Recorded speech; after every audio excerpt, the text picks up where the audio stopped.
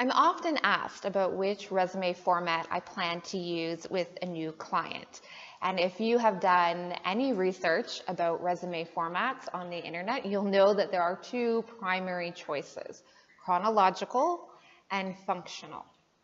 So first I want to explain what these formats are about. So the first one, the chronological resume. This is the traditional resume that outlines your work experience in reverse order, starting with your current or most recent role and working backwards. A functional resume focuses more on core competencies and areas of strength without emphasizing when or where your career accomplishments happen. So functional resumes typically downplay your career timeline. So which is best? Well, in 90% of cases, your best bet is to stick with the chronological resume. Chronological formats communicate your accomplishments, your strengths, your skills, all in a story that makes sense to the reader.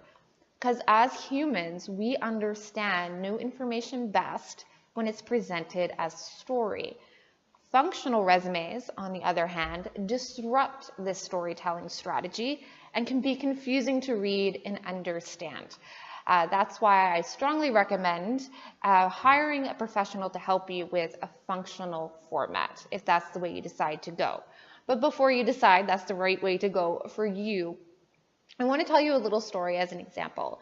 So I had a client who, years before we met, applied for a job and received an interview. This was a senior level position, and as part of the hiring process, my client had to meet with the CEO.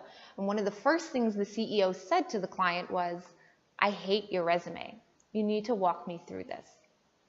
So the client was using a functional resume format at that time. Fortunately for him, he was still able to secure the position. But when it was time for him to look for a new opportunity, he came to me and he told me he never again wanted to be sitting in an interview with someone telling him that they hated his resume. So of course, I transitioned his resume to a chronological format, and at his next interview for a new job, he was told, "I love your resume," which is exactly what you want to hear from a recruiter or from a hiring manager. Recruiters and hiring managers, they simply prefer chronological formats. It's what they expect. It's what they find easiest to digest. It's what they like to see. So that's why I use this format as much as possible.